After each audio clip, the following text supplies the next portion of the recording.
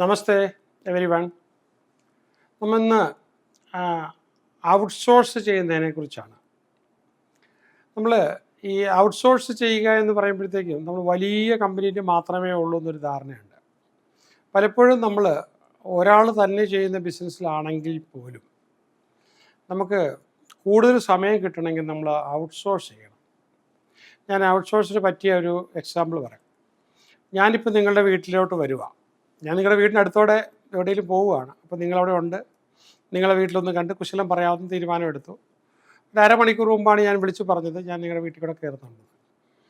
അപ്പം സ്വാഭാവികമായിട്ടും ഞാനുമായിട്ടിരുന്ന് സംസാരിക്കണം. അപ്പോൾ എനിക്ക് എന്തെങ്കിലും ഭക്ഷണം തരണം. അപ്പം നിങ്ങളൊരു കാര്യം ചെയ്തു.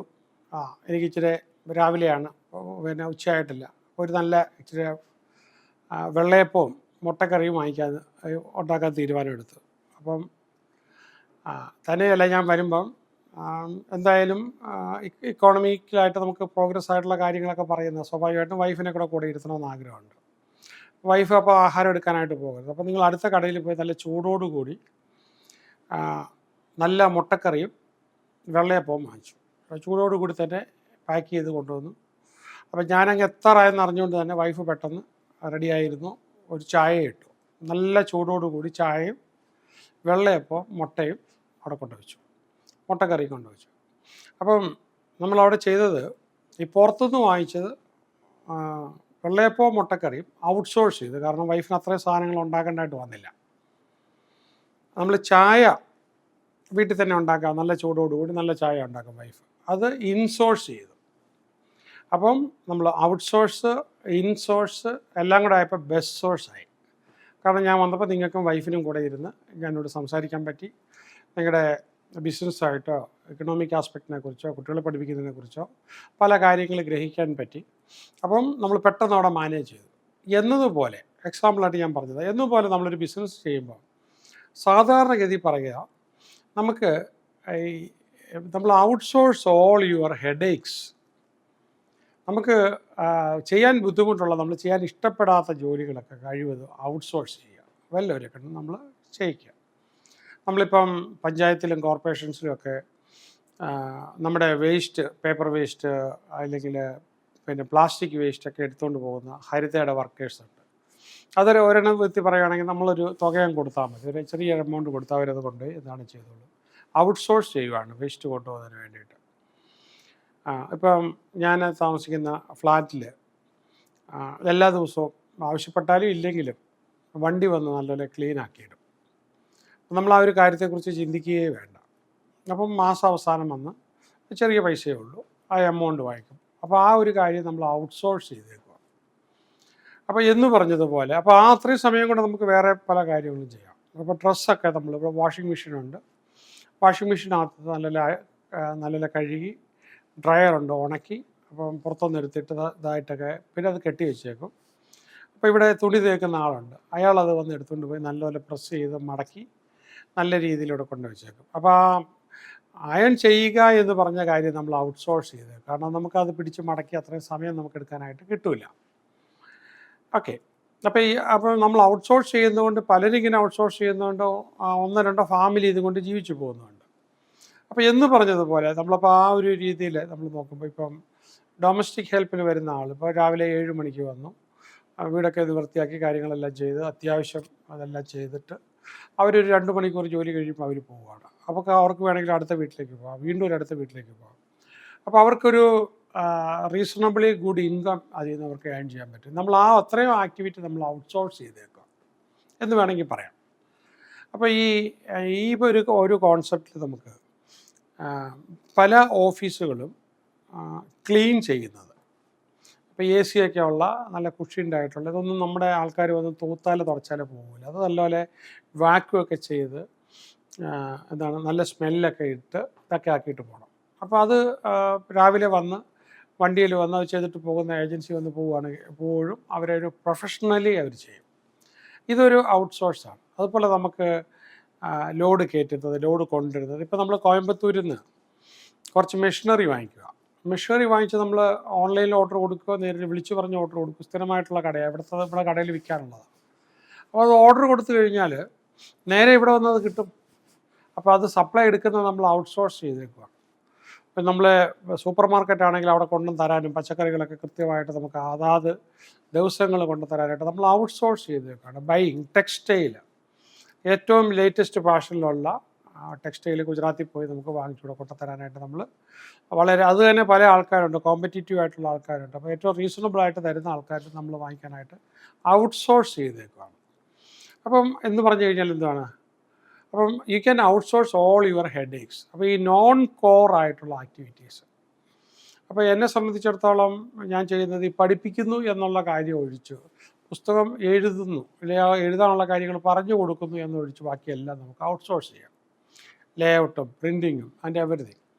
അപ്പോൾ ഇങ്ങനെ നമുക്ക് ചെയ്യുകയാണെങ്കിൽ, ഔട്ട്സോഴ്സ് ചെയ്യുകയാണെങ്കിൽ, അപ്പോൾ ഇപ്പം മൊത്തത്തിൽ ഇങ്ങനെയാണ് പറയുക, ഔട്ട്സോഴ്സ്, ഇൻസോഴ്സ്. കുറച്ച് കാര്യങ്ങൾ നമ്മൾ കോർ ഏരിയാസ് ഇൻസോഴ്സ് ചെയ്ത് ദെൻ നമ്മൾ ബെസ്റ്റ് സോഴ്സ്. അപ്പോൾ രണ്ടും കൂടെ ആകുമ്പോഴത്തേക്ക് നമുക്ക് ഇപ്പോൾ ചില സാധനങ്ങൾ ചില പുറത്തുനിന്നൊക്കെ കൊണ്ടുവരുന്നത് ഒന്നിച്ചായിട്ട് അത് കൊണ്ടുവരുന്ന ആൾക്കാരിൽ നിന്ന് വാങ്ങിക്കുന്നതായിരിക്കും. അപ്പം സ്റ്റാർട്ടപ്സ് ഒരുപാട് ഔട്ട്സോഴ്സ് ചെയ്യാറുണ്ട്. അപ്പോൾ ഹ്യൂമൻ റിസോഴ്സസ്, ആൾക്കാരെ എടുക്കുന്നതും ഇൻ്റർവ്യൂ ചെയ്യുന്നതും, ചിലപ്പോൾ വന്ന് നിൽക്കുന്ന payroll management, recruitment, employee training, administration, ഇതെല്ലാം നമുക്ക് ഔട്ട്സോഴ്സ് ചെയ്യാം. അപ്പോൾ അവർ വന്നിരിക്കുന്ന ആൾക്കാർ ഇനി നാളെ മുതൽ വരുന്നില്ല, പകരം വേറെ ആളെ കിട്ടും, നമുക്ക് വിഷമിക്കേണ്ട കാര്യമില്ല. ഡേറ്റ എൻട്രി, ഡേറ്റ പ്രോസസ്സിങ് നേരത്തെ മുതൽ ഒരുപാട് കാലമായിട്ടുള്ളത്. ഇപ്പോൾ നമുക്കെന്ന് പറഞ്ഞു കഴിഞ്ഞാൽ നമ്മൾ ഇമേജ് ക്യാപ്ചർ ചെയ്തിട്ട് അതിനെ ഡേറ്റ ആക്കി മാറ്റുന്ന സംവിധാനങ്ങളുണ്ട്. പിന്നെ ബുക്ക് കീപ്പിംഗ്, കടകളൊക്കെയാണ് അത് എഴുതിക്കൊണ്ടിരിക്കുകയാണ്, അത് ആ ബില്ലെടുത്തുകൊണ്ട് പോയിട്ട് അത് എൻട്രി ചെയ്ത് ഭംഗിയായിട്ട് അന്നൊന്നത് GSTയിൽ ക്ലോസ് ചെയ്തുകൊണ്ട് കൊണ്ടിരുന്ന സംവിധാനം ചെയ്തുകൊണ്ടിരിക്കുന്നുണ്ട്. ആക്യുറസിയും കംപ്ലയൻസസും എല്ലാം. ഡിജിറ്റൽ മാർക്കറ്റിംഗ്, അപ്പം പല കമ്പനികളുടെയും ഡിജിറ്റൽ മാർക്കറ്റിംഗ് എല്ലാം, അപ്പോൾ ചിലത് അവരകത്ത് ചെല്ലും, ഒത്തിരി പുറത്ത് കൊടുക്കും. അപ്പോൾ അത് നമ്മൾ SEO, search engine optimisation, social media management, ഇതൊക്കെ നമ്മൾ ഔട്ട്സോഴ്സ് ചെയ്യുകയാണ്. Product development, data services, development of softwares, data analysis, ഇതൊക്കെ നമുക്ക് പലപ്പോഴും നമ്മൾ അതിനൊന്നും എക്സ്പെർട്സിനെ സൂക്ഷിക്കേണ്ട കാര്യമില്ല. കസ്റ്റമർ സർവീസ്, കസ്റ്റമർ സപ്പോർട്ട്, ഇതൊക്കെ നമുക്ക് പലപ്പോഴും ഔട്ട്സോഴ്സ് ചെയ്യാനായിട്ട് പറ്റും. ഇപ്പോൾ തന്നെ നമുക്ക് കൊച്ചിയിലൊക്കെ ഇങ്ങോട്ട് വരുന്ന കോളുകൾ പ്രോസസ്സ് ചെയ്യാനായിട്ടുള്ള, അപ്പോൾ നമ്മളൊരു ഡെസ്ക് എടുത്താൽ മതി, 25,000 ഒക്കെ കൊടുത്തു കഴിഞ്ഞാൽ ഇങ്ങോട്ട് വരുന്ന കോളുകൾ മുഴുവൻ അവരത് മാനേജ് ചെയ്തോളൂ. വെബ് ഡിസൈൻ, വെബ് ഡെവലപ്പിംഗ്, അതുപോലെ തന്നെ വെബ്സൈറ്റ് മെയിൻ്റെനൻസ്, ഇങ്ങനെയുള്ള കാര്യങ്ങളൊക്കെ നമുക്ക് ഔട്ട്സോഴ്സ് ചെയ്യാനായിട്ടുള്ള സൗകര്യങ്ങളുണ്ട്. നമ്മൾ നല്ല ഏജൻസി ഏൽപ്പിക്കണം എന്നത് മാത്രമേ ഉള്ളൂ. അതുപോലെ തന്നെ ഓവറോൾ ക്വാളിറ്റി മാനേജ് ചെയ്യാനായിട്ട് വന്ന് നോക്കിയിട്ട് ക്വാളിറ്റി മാനേജ് ചെയ്യുന്നുള്ളത് നമുക്ക് ഔട്ട്സോഴ്സ് ചെയ്യാം. പിന്നെ അതുപോലെ തന്നെ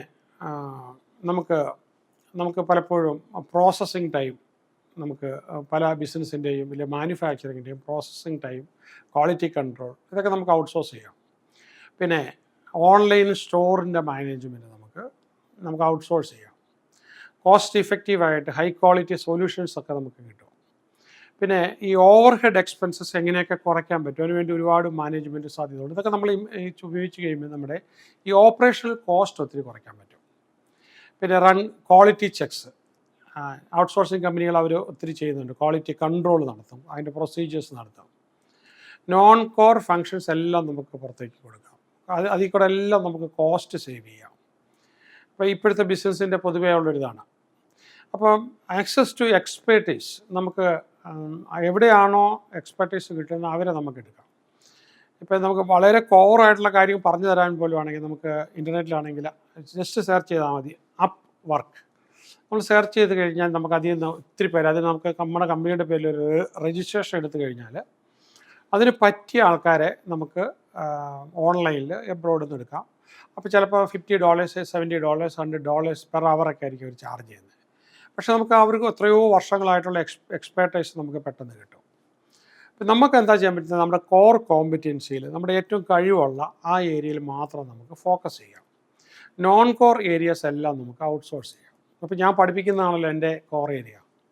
അപ്പോൾ ഇങ്ങനെ വരുമ്പോൾ നമുക്ക് സ്കെയിലബിലിറ്റി, പെട്ടെന്ന് ബിസിനസ് വളർത്താനായിട്ട് നമ്മളെ കൊണ്ട് പറ്റും. ടൈം എഫിഷ്യൻസി, നമുക്ക് കൂടുതൽ കാര്യങ്ങൾ ചുരുങ്ങിയ സമയം കൊണ്ട്, കാരണം പലരും ചെയ്യുന്നതുകൊണ്ട് നമുക്ക് പിന്നെ റിസ്ക് മാനേജ് ചെയ്യാനായിട്ട് പറ്റും. പലരായിട്ട് ഷെയർ ചെയ്ത് ചെയ്യുന്നതുകൊണ്ട് ഫ്ലെക്സിബിലിറ്റി കിട്ടും. നമുക്ക് പലയിടത്തായിട്ട് ചെയ്യുന്നുണ്ട്. പ്രിൻറ്റിങ് ആണെങ്കിലും പലയിടത്തായിട്ട് ചെയ്താലേ നമുക്ക് സമയത്ത് ചിലപ്പോൾ ചെയ്ത് കിട്ടുള്ളൂ. പിന്നെ ഗ്ലോബൽ ടാലൻറ്റ് പൂൾ, ഇപ്പോൾ ഇന്ത്യയിൽ അങ്ങനത്തെ ആൾക്കാരേ ഇല്ലെങ്കിൽ ലോകത്ത് എവിടെയാണ് ഉള്ളെങ്കിൽ അവിടെ നിന്ന് നമുക്ക് എടുക്കാം. പിന്നെ നമുക്ക് നമുക്ക് ചിലപ്പം ഇങ്ങനെ ചെയ്ത് കഴിഞ്ഞാൽ ചിലപ്പോൾ ചെറിയ നഷ്ടങ്ങളൊക്കെ ചിലപ്പോൾ വരാം. അതിപ്പോൾ നമ്മൾ സ്വയം ചെയ്യിച്ചാലും വരാം. പിന്നെ നമുക്ക് വരാവുന്നൊരു കോൺഫിഡൻഷ്യാലിറ്റി കൺസേൺ ആണ്. അതുകൊണ്ട് നമ്മൾ എല്ലാവരുടെ അടുത്ത് കൊടുക്കത്തില്ല, പല ആൾക്കാരിലേക്ക് നമ്മൾ ഷെയർ ചെയ്ത്. പിന്നെ കോൺഫിഡൻഷ്യാലിറ്റി എഗ്രിമെൻ്റ് ഒക്കെ കാണും. പിന്നെ ക്വാളിറ്റി കൺസേൺ, അത് ആ ക്വാളിറ്റി തരുന്നവർക്ക് മാത്രമാണ് എനിക്ക് കൊടുക്കുന്നത്. പിന്നെ കമ്മ്യൂണിക്കേഷൻ ചാലഞ്ചസ്, ഇപ്പോൾ നമുക്ക് എല്ലാം കണ്ടുകൊണ്ട് ചെയ്യാമല്ലോ. ഇപ്പോൾ ചെയ്തു വെച്ചേക്കുന്ന പോലും നമുക്ക് വാട്സപ്പിൽ കണ്ടുകൊണ്ട് നമുക്ക് ചെയ്യിക്കാനായിട്ടുള്ള സംവിധാനങ്ങളുണ്ട്. പിന്നെ ഡിപ്പെൻഡൻസി ഓൺ വെൻഡേഴ്സ്, ഇവരുണ്ടെങ്കിൽ നമുക്ക് ചെയ്ത് നിൽക്കാൻ പറ്റുള്ളൂ. അപ്പോൾ അവരല്ലേ വേറെ ആൾക്കാരുണ്ട്. അപ്പോൾ ബെസ്റ്റ് പ്രാക്ടീസസ് ഔട്ട്സോഴ്സിങ്ങിലോട്ട് നമുക്ക് മാറാം ഒരിടത്ത് ശരിയായില്ലെങ്കിൽ. അപ്പോൾ ക്ലിയർ ഒബ്ജക്റ്റീവ്സുമായിട്ട് നമുക്ക് പോകാനായിട്ട് പറ്റും. അപ്പോൾ we can use the right partner, strategic പാർട്ട്നേഴ്സിനെ നമുക്ക് എടുത്തുകൊണ്ട് നമുക്ക് പെട്ടെന്ന് ഗ്രോ ചെയ്യാനായിട്ട് പറ്റും. പിന്നെ legal agreements, drafting, comprehensive contracts, ഇതൊക്കെ നമുക്ക് ഔട്ട്സോഴ്സ് ചെയ്യുകയാണെന്നല്ല. റെസ്പോൺസിബിലിറ്റി ഒരു ടൈം ലൈനകത്ത് നമുക്ക് തീരും. അല്ലെങ്കിൽ നമുക്ക് ഒരു പെനാൽറ്റി ക്ലോസ് കൂടെ നമുക്ക് കംപ്ലൈ ചെയ്തില്ലെങ്കിൽ ഇത് വെക്കാം. റെഗുലർ കമ്മ്യൂണിക്കേഷൻസ് ഒക്കെ റെഗുലറായി കഴിയുമ്പോഴത്തേക്ക് കറക്റ്റായിട്ട് നടന്നോളും. പിന്നെ ഒരു പെർഫോമൻസ് മെട്രിക് വെച്ചിട്ട് നമുക്കൊരു കീ പെർഫോമൻസ് ഇൻഡിക്കേറ്റേഴ്സ്, KPIs എന്ന് പറയും, അത് വെച്ചിട്ട് നമുക്കിത് നോക്കിക്കൊണ്ടിരിക്കാം. പിന്നെ ചില ഇതിൽ നമുക്ക് വളരെ ഫ്ലെക്സിബിൾ ആയിരിക്കും. വളരെ നേരത്തെ കണക്ക് കൂട്ടി ഒരു ടൈം ലൈനകത്ത് നിന്നുകൊണ്ട് ഒരു സേഫ്റ്റി ടൈം, ബഫർ ടൈം ഒക്കെ ഇട്ട് നമുക്ക് കൊടുത്തു കഴിഞ്ഞാൽ നമുക്ക് നല്ലതായിരിക്കും. ഒരു കോസ്റ്റ് ബെനിഫിറ്റ് അനാലിസിസ് നടത്താം, നമ്മളിത് ചെയ്യുന്നതും പുറത്ത് കൊടുത്ത് ചെയ്യുന്നതുമായിട്ടുള്ള വ്യത്യാസം എന്താണ്. പിന്നെ ചില സെക്യൂരിറ്റി മെഷേഴ്സൊക്കെ നമുക്ക് നേരത്തെ എടുത്തു വെക്കാം. പിന്നെ കൾച്ചറലി നമുക്കത് ഫിറ്റിൻ ആവുമോ എന്ന് നോക്കിയിട്ട് നമുക്ക്.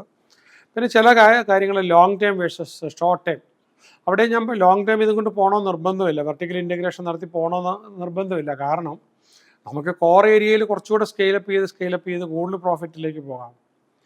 പിന്നെ നമുക്ക് ഒരു അൺമാനേജബിൾ ലെവലിലേക്ക് നമ്മുടെ വർക്ക് ലോഡ് വരുവാണെങ്കിൽ തീർച്ചയായിട്ടും നമുക്ക്, പ്രത്യേകിച്ച് സ്റ്റാർട്ടപ്പിനൊക്കെയാണ്, താങ്ങാൻ പറ്റില്ല. അപ്പോൾ നമുക്ക് ഔട്ട്സോഴ്സിങ്ങിനെ സമീപിച്ചേ പറ്റുള്ളൂ. അപ്പോൾ നമുക്ക് focus on growing the business, നമുക്ക് അതിൽ തന്നെ ഫോക്കസ് ചെയ്തോട്ടെ. ചില ഏരിയയിൽ നമുക്ക് എക്സ്പെർട്ടീസ് കാണത്തില്ല, പ്രത്യേകിച്ച് ബിസിനസ് തുടങ്ങി വരുന്ന ആൾക്കാരാണെങ്കിൽ.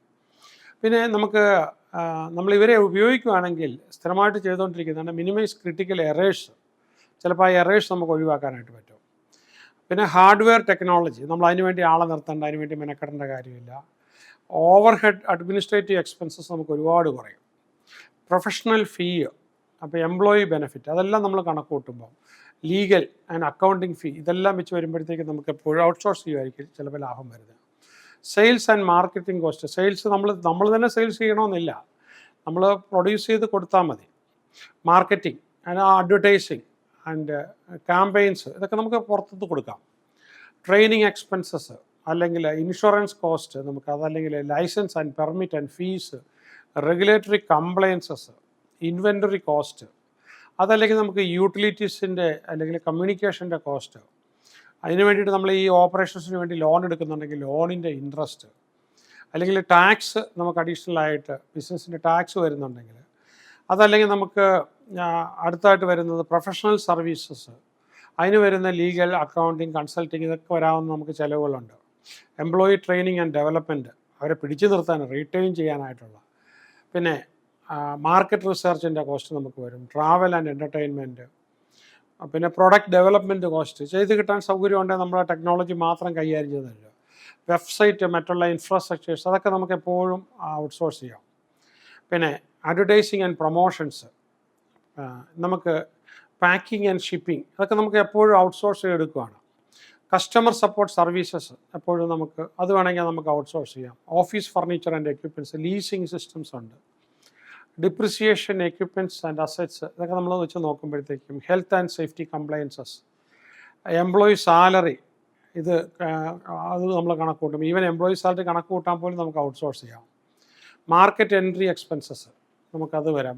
പിന്നെ പ്രോട്ടോടൈപ്പിംഗ്, R&D കോസ്റ്റ്, ഒക്കെ നമുക്ക് ട്രേഡ് മാർക്ക് എടുക്കുന്നത്, പേറ്റൻറ്റിൻ്റെ ഫീസ് വരുന്നത്, പ്രൊഡക്റ്റ് ടെസ്റ്റിംഗ് ആൻഡ് സർട്ടിഫിക്കേഷൻ്റെ കോസ്റ്റ്, പിന്നെ ഇങ്ങനെ വരുന്നത് നമുക്ക് വേരിയസ് കോസ്റ്റ് ഉണ്ട്. യൂട്ടിലിറ്റീസ്, മെയിൻ്റെനൻസ് വരുന്നത്, ഓഫീസ് ലീസ്, അതിൻ്റെ റെൻറ്റ്, ഇൻവെൻ്ററി സ്റ്റോറേജ് നമുക്ക് വരുന്നത്, റെഗുലേറ്ററി കംപ്ലയൻസസിൻ്റെ എക്സ്പെൻസസ്, വെബ് ഹോസ്റ്റിങ്ങിൻ്റെ ചാർജസ്, അതല്ലെങ്കിൽ നമുക്ക് advertising, design and content development. പിന്നെ അങ്ങനെ വരുമ്പോഴത്തേക്ക് നമുക്ക് സപ്ലയറുമായിട്ടുള്ള അല്ലെങ്കിൽ വെൻഡറുമായിട്ടുള്ള പേയ്മെൻറ്റ്, അപ്പോൾ ഇത് മാത്രം നമ്മൾ കൊടുത്താൽ മതി. പിന്നെ എംപ്ലോയിക്കാണ് നമ്മൾ ട്രാവൽ എക്സ്പെൻസസും ട്രാവൽ ഫോർ ബിസിനസ് മീറ്റിംഗ് ഇതെല്ലാം നമ്മൾ എക്യുപ്മെൻസിൻ്റെ maintenance, data storage, data management, legal disputes നമുക്ക് വരാം. പിന്നെ അക്കൗണ്ടിങ് ആൻഡ് ഓഡിറ്റ് കോസ്റ്റ് നമുക്ക് വരാം. ഷിപ്പിംഗ് ആൻഡ് ലോജിസ്റ്റിക് സർവീസസിൻ്റെ കോസ്റ്റ് വരും.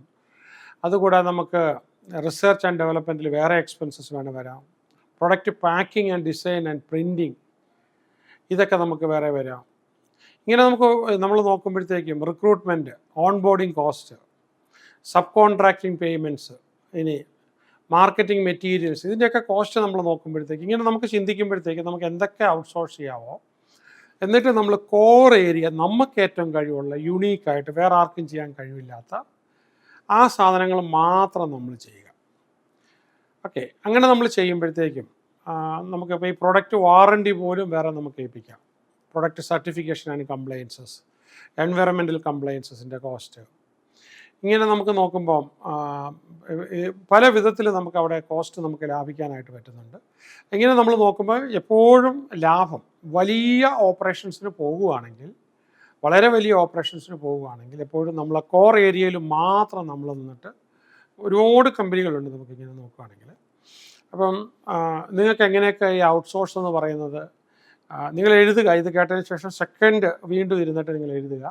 നിങ്ങളുടെ പ്രസൻറ്റിലുള്ള എന്തെല്ലാം വർക്ക് നിങ്ങൾ നന്നായിട്ട് സമയത്ത് ചെയ്തു തരുന്ന ആൾക്കാർക്ക് ഔട്ട്സോഴ്സ് ചെയ്ത് കഴിഞ്ഞാൽ നിങ്ങൾക്ക് കൂടുതൽ പ്രൊഡക്ടിവിറ്റി ഉണ്ടാക്കാൻ പറ്റും, കൂടുതൽ റിസൾട്ട് ഉണ്ടാക്കാൻ പറ്റും, സ്കെയിലപ്പ് ചെയ്ത് അങ്ങ് മുകളിലോട്ട് പോകാൻ പറ്റും.